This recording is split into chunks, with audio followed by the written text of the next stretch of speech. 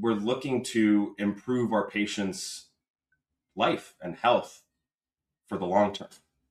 So we've broken down our new patient experience, our new patient exam, into what we call the core four. And the core four to us are the four pillars of oral health. Welcome to the Semide Dental Podcast. We're here to provide you expert insights on how dentistry can improve your quality of life and extend your health span.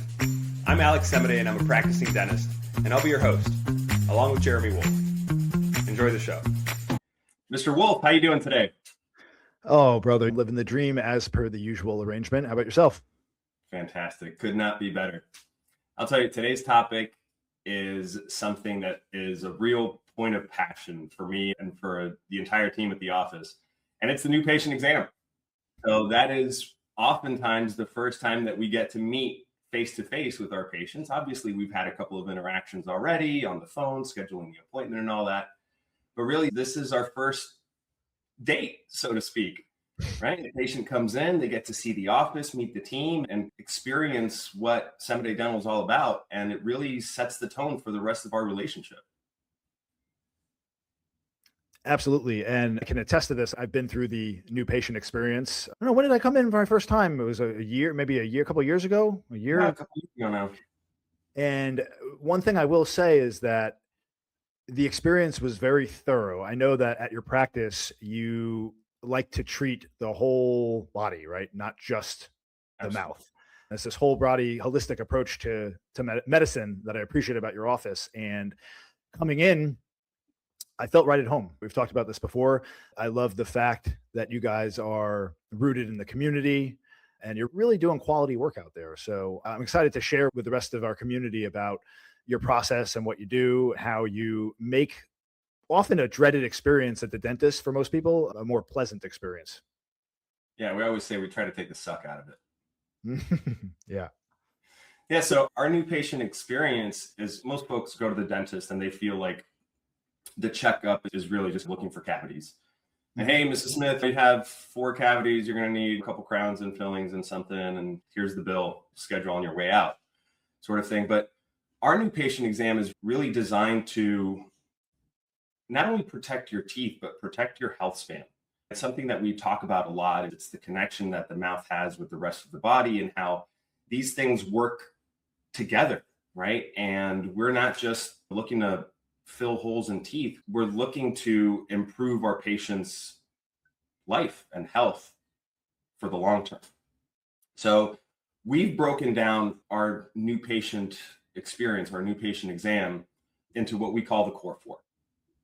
And the core four to us are the 4 pillars of oral health. And those are checking all the tissues in the mouth. So it starts with a thorough oral cancer evaluation, screening, checking the TMJ or the jaw joint along with the bite, how the teeth come together, how the upper and lower arches interact with each other. It's very important for the stability of the mouth. Yeah. Of course, we check the gums because gum health is really systemic health. And when we have inflammation in the gums, when we have swelling, redness, things like that, that's a big red flag, right? We need to be mindful of those things, and we need to make sure that the foundation of our teeth, the gums and the bone, are healthy, because we keep learning more and more about the relationship between healthy gums and a healthy brain, a healthy heart, right? So we're looking to proactively identify these things and treat them so that they don't become a downstream effect on the person's overall health. Ounce of prevention is worth a pound of cure. 100%. And then, of course, we also look at teeth, right? We're not only looking for cavities, right? Areas where the tooth has broken down, but things like fractures and stress fractures on teeth, things that could indicate that potentially the tooth is going to break down and could cause an emergency or an urgent situation down the line. So, of course, we're looking at all the same things people expect, but I feel like we take a very comprehensive approach to the mouth and to how that relates to the overall health. So you mentioned these 4 pillars. Is that something that is standard in the dental industry when you go in for a new patient on board? Because I'm trying to think back. I've been to many dentists throughout the year, and I can't remember a process that I went through that was quite as thorough as the one that you did. Is that something that you do specific to your practice, or is that more common nowadays across general practice dentistry? I feel like the core four branding, so to speak, is ours, but any thorough dentist is going to check all of these things, right? And whether they are communicating that with their patients in the same way that we are or not, I do feel like a good, comprehensive, thorough exam should involve all four of these areas. And the communication is key, because I think so many people, when it comes to going to the dentist, it's almost like they're checking off a box, right? You gotta go get your routine checkups, and you got to do, and you want to get in and out of there as soon as possible, but you don't, right? Like, you want to go and you want to be taken care of. You want somebody to be actually cognizant of what's going on in your body and have conversations with you about how your lifestyle, like how things impact your overall health, and not just there to fix surface level problems. I like the fact that you're really digging into the root of the issue, pun intended. I love it. Love me a good pun.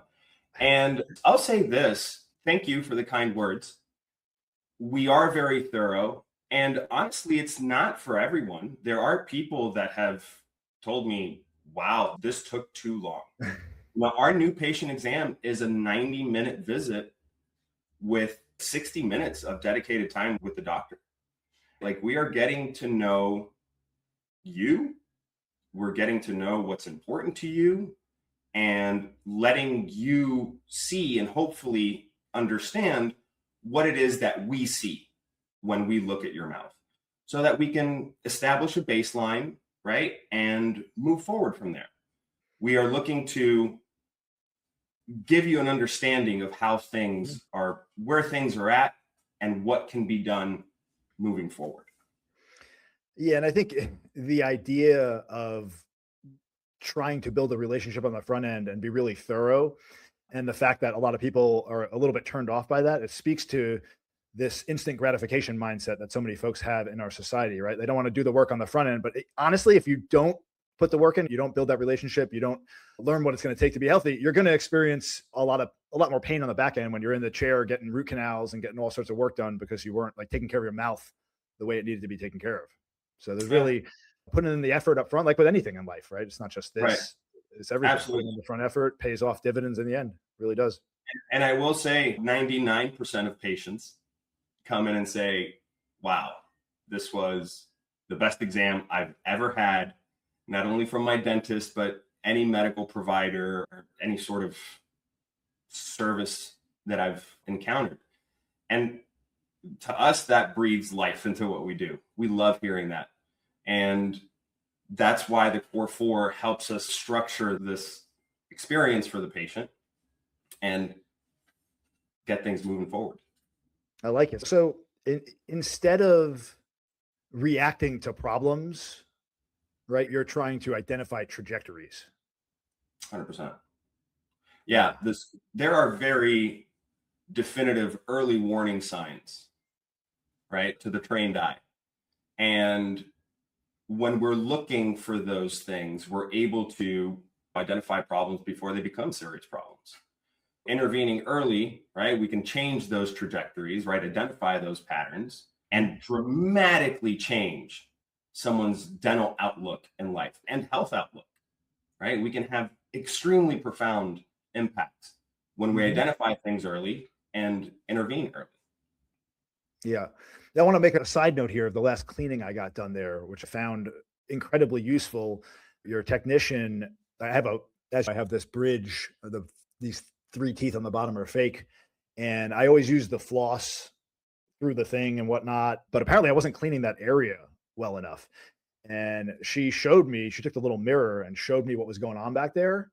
And it was pretty gnarly. And I don't know that anybody's ever shown that to me before, and had a deep impact on me psychologically. I thought, this is going on inside my mouth. I got to take better care. So now every time I brush, I'm back there with the electric toothbrush. I'm getting in there with the floss.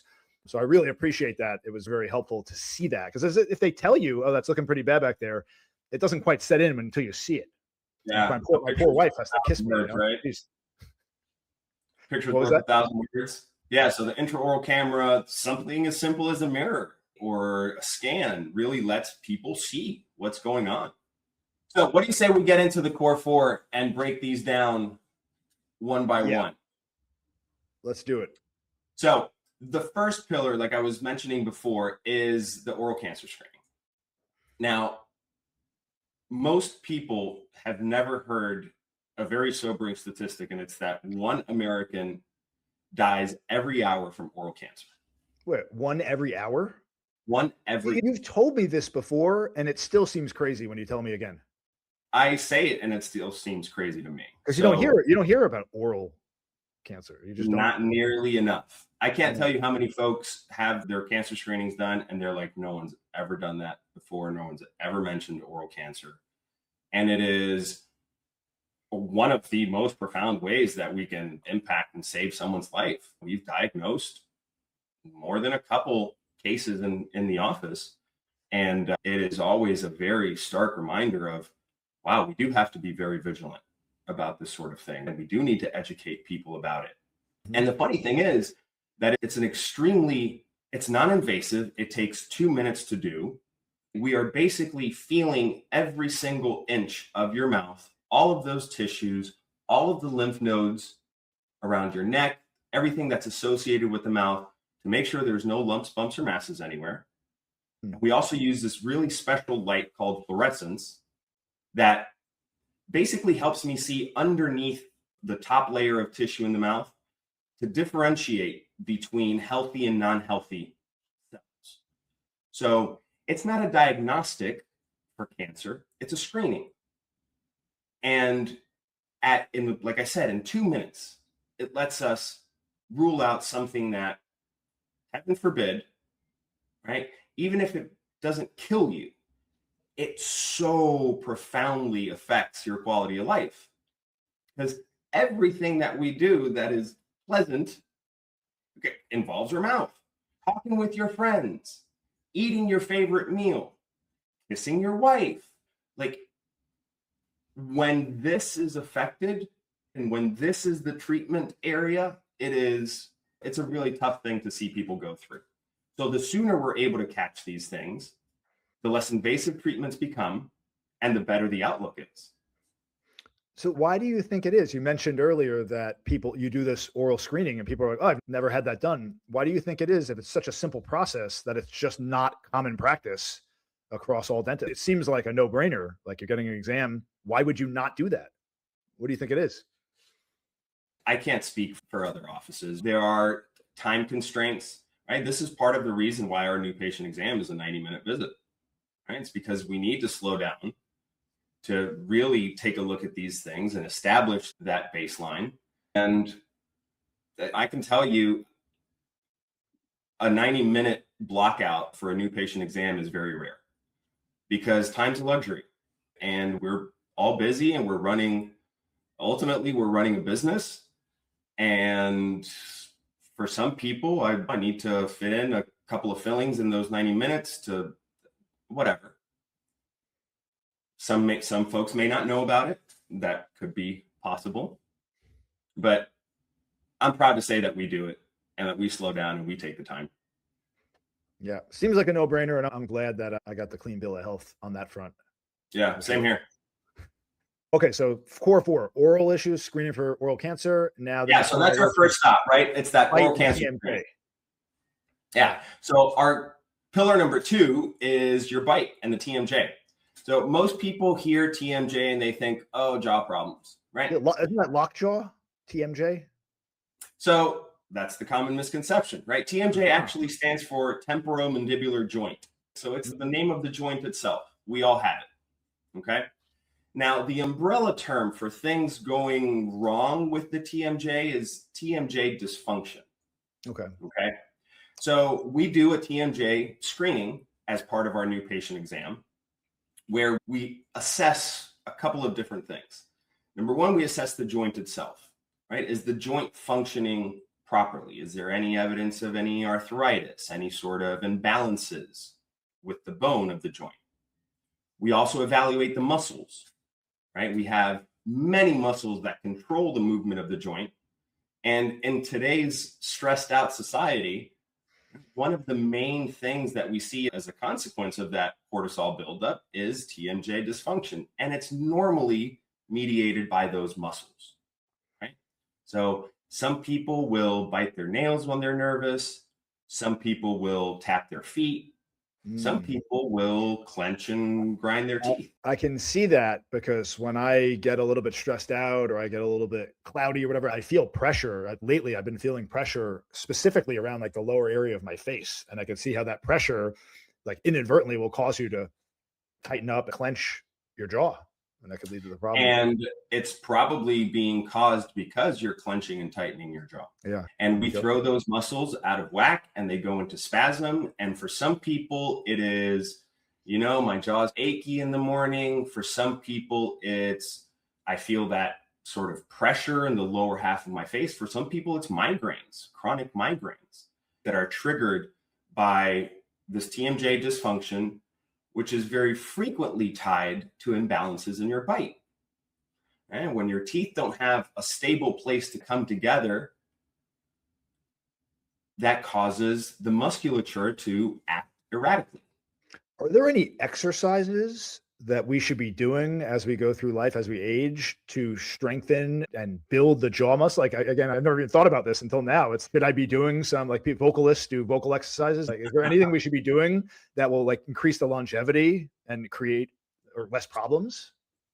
It's a good question. It depends on what the specific issue that we're facing is. For some people, lack of jaw development could be tied in with muscles that aren't working properly or aren't being exercised enough. So it's a case-by-case thing. But as part of that new patient exam, analyzing the bite, seeing where the pressure points of the bite are, and we use this super fancy technology called an occlusogram, where after I scan the teeth, I have this 3D, basically video of the mouth, and I get to see where the pressure points are when the teeth come together. So it really helps not only me, but the patient see what the potential problem areas are and what could be done to solve it. Interesting. And go ahead. I'm hung up on this idea of exercising. I'm thinking about like people that suffer from migraines or jaw issues, like the protocol, right? To move the face, whatever it is. Like I see my wife doing things. This is not for pressure in her head, but like for her skin and wrinkles, she'll do like little exercises with her. She'll pull her temples up and hold it up like this and massage the skin and all that kind of stuff. I wonder if there's some wisdom in creating a series of shorts to exercise your jaw.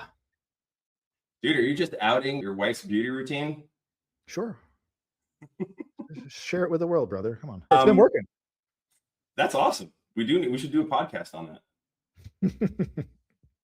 So when it comes to migraines and TMJ and bite imbalances, I haven't come across any exercises that we can do to help that.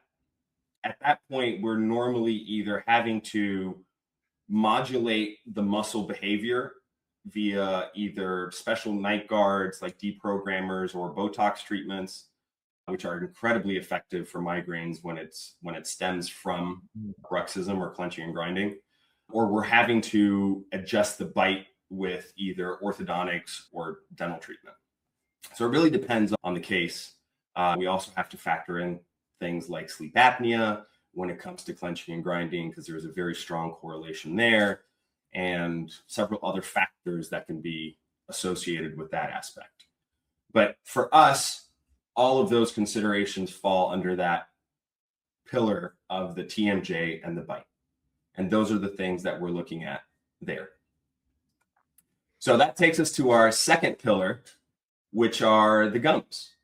The second or third? Wait, we did oral screening, right. bite, TMJ, and now gums. Let me just preface this, because I remember going through this process and them doing the gum thing. And it was definitely not the most pleasant experience, but as it was explained to me, it was very necessary to check. This is the one where they go and they prick the gums as they go around. Am I right? Words matter, Jeremy. We don't prick them, we measure them. Measure them. Yeah. So yeah, this is, and I tell folks, this part may not be the highlight of your day, but it is an indispensable part of a thorough oral evaluation. And what you're referencing here is measuring the pockets. And Okay. anyone who has hopefully had a good either hygiene or a dental exam done, they'll recall they lean back, they use a tiny little ruler, you feel some pressure on your gums, and you hear 323, 323, 5, 3, 2, and you hear all these numbers.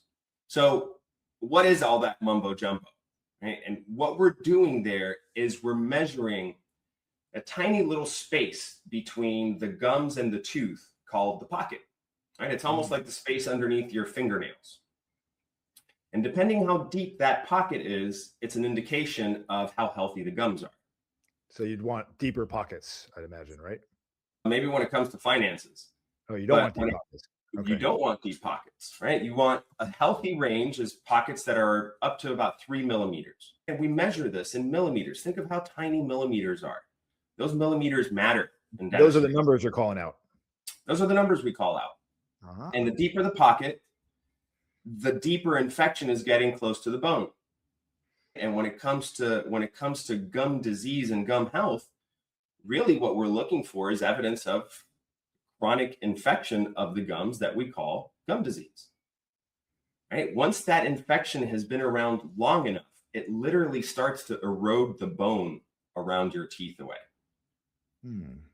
And about 50 to 60% of US adults have some degree of periodontal disease. Now, this one is a really concerning one because other than the oral cancer screening, this is where dentistry protects your health span and your life, because we keep learning more and more about the oral systemic relationship, or the relationship between our mouth health and our overall health. Because let's think about this a little bit. Everyone has had an instance where they've been brushing or flossing, and they spit in the sink, and there's a little bit of bleeding. We don't make too big a deal about it. Fine, everybody bleeds a little bit. That's normal. But let's think about what's going on. So if we're seeing some blood in the mouth, that means that somewhere, right, a little blood vessel burst open and is letting blood out. But if blood's getting out, the infection that's in the gums can get in. And once it gets into your bloodstream, now it hijacks the highway of your circulatory system, and it ends up in your heart, it ends up in your brain, right? It increases our risk for heart disease and stroke and things like Alzheimer's and dementia. So being aware of these things, catching those things early, lets us, in many cases, reverse the trend and get the gums perfectly healthy. And in some cases, at least stabilize the process so that it doesn't continue having a negative impact on the overall health. Yeah, I've noticed for me, whenever I slack on flossing and then I floss again, the gums bleed. But when I floss consistently every day, the bleeding goes away. Yeah. And it's huge, man. Yeah. It really is. It is such a predictable, easy way for us to decrease the overall inflammation in our body that, hey, I get it. I don't like flossing either, right? I've met a handful of people that are like, yes, I love the way it feels when I floss. It does feel great afterwards, though, when you do it regularly. Awesome. I can't even say that for myself. Really? I feel good after I floss. When I do it regularly, it's definitely a good thing. It feels good in the way that doing sit-ups feels good. I'm glad I did it. I feel good about myself. No, I was talking about like my mouth feels better. Like I feel fresher. Oh. I don't know. Yeah, no, I agree. I agree on the freshness part. I'm a big advocate for water picking too, but that's a separate topic. So let's wrap this up with our fourth, with our pearly whites. With our pearly whites, right? So this is what everyone expects out of their dental exam. Do I have any cavities? And of course, that's part of what we're evaluating. We take a visual approach to decay detection. Used to be for years and years that they would take that little hook thingy and press it into your tooth and see if you had a cavity in there. Now we know that actually makes cavities worse. So really? A visual and X-ray type of approach and screening is preferred. And that's what we use. So we use our 3D scanner. We use our intraoral pictures to project all the pictures so folks can see things exactly the way we do. And at that point, it becomes a collaborative effort of, okay, We can clearly see all these issues. Let's come up with a way to fix it. What's the right pace? How much do we want to fix? Do we want to get things perfectly healthy and bulletproof for ourselves for the future? Or do we just want to put out the fires right now and take a little bit of a slower approach to things? So that is the essence of the reason why we had that 90-minute visit. And it works. Indeed. So really is the difference between just checking teeth and really understanding the whole picture, the whole mouth. Right? It speaks back to what I referenced at the top of the episode, this like holistic, whole body approach to dentistry, right? Not just treating the symptom, right? You're trying to go into the root and fix the problems before they start. Yeah, Jeremy, you're my patient, not your teeth. Like, my concern is for you. Like, how can I be of value to you? And in my little corner of the world as a dentist, it seems like a no-brainer that I should be looking at all these things. And I should continue to educate myself into how all these things work together so I can again, just continue to add value. Yeah, man. And one of the things I like about having that relationship with you and your practice, as you know, from my prior history, I've had quite the interesting trajectory with dentists, and there's been an incredible amount of anxiety in going to the dentist. And I still don't love going in, but I'm a little bit more at ease than I have been in the past. And that really, I think that affects a lot of different things. Like when it comes to your just mindset, when you're going in, if you go in with a lot of fear and apprehension, you have a really bad experience, that could wreck your whole day, right? You could leave the dentist and just not want to do anything. But if you go in with that right mindset and you know you're in good hands, right? And you have a good attitude about it, your recovery time for whatever procedure you get is going to be quicker, and it's going to be less of an ordeal at its base. Absolutely. Absolutely. Our mindset going into things impacts the outcome. And that is another beautiful thing about the way we approach this initial visit with the patient, is that it starts building that trust. And I can't say that 100% of the time people who are fearful of the dentist, they go through our new patient exam and they're like, "Whoo, I'm cured. I can't wait to come back and have all this treatment done." That's not true.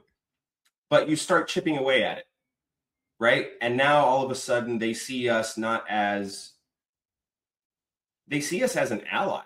They see us as a trusted medical professional that's, holy smokes, like these people are really, they're thorough and they care. They're really looking out for my best interest. Yep. Right? And then you come in and sometimes we take it slow. And the first couple of visits are just really minor things. If there's a lot of treatment to be done, and that continues chipping away at that, right? And the defenses come down and they feel more comfortable. And we hear it a lot. And it's something that I'm super proud of the office and the team. People that say, "I used to hate going to the dentist." And they look forward to visits now. Like, we got through the tough stretch. Now they're in a stable place. They get to come in and have their cleaning done, and their checkups are great, and they feel good about the progress they've made. And it becomes a positive experience. Yeah. Instead of one that they're dreading for 2 weeks before. And it doesn't have to be that way. Yep. Some of the things that really stand out, that a lot of the work I've been doing in my own life, aligned with a lot of what you do there, is centered around intention, right? Pattern recognition, and really respecting the fact that the oral health connects to everything else, like the mind-body connection. The mind is such a powerful thing. And we really appreciate how you treat this approach to dentistry. It really is top notch, brother. Yeah.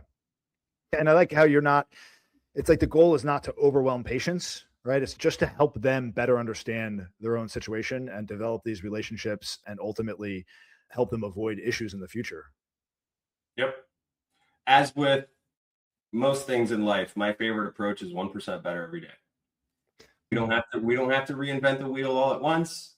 Let's just make steps so that we move towards the right direction. Incremental gradual improvement. And that could be scary for people that do have a lot of issues, not just in dentistry, in other areas, right? But you're right. Like 100%. one step at a time, little tiny micro movements, micro actions over time lead up to incredibly large results. I've experienced it in my own life, and it's so true. So no matter where you're at, maybe you're listening to this, maybe you haven't been to the dentist in months, maybe even years, who knows, right? Now's the chance.